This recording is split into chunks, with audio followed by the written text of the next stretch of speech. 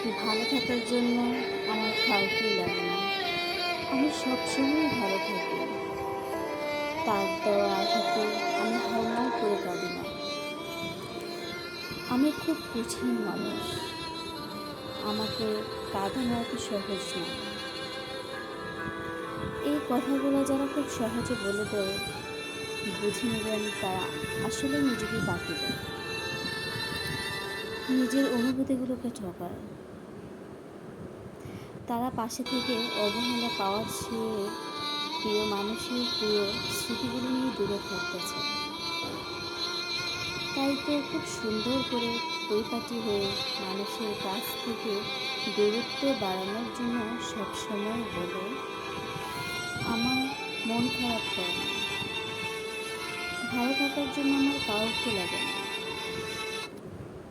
অথচ এই মানুষগুলো কখনোই ভালো থাকে না। তাদেরও মন খারাপের গল্প আছে, শুধু সেই গল্পটা উচ্চ সুরে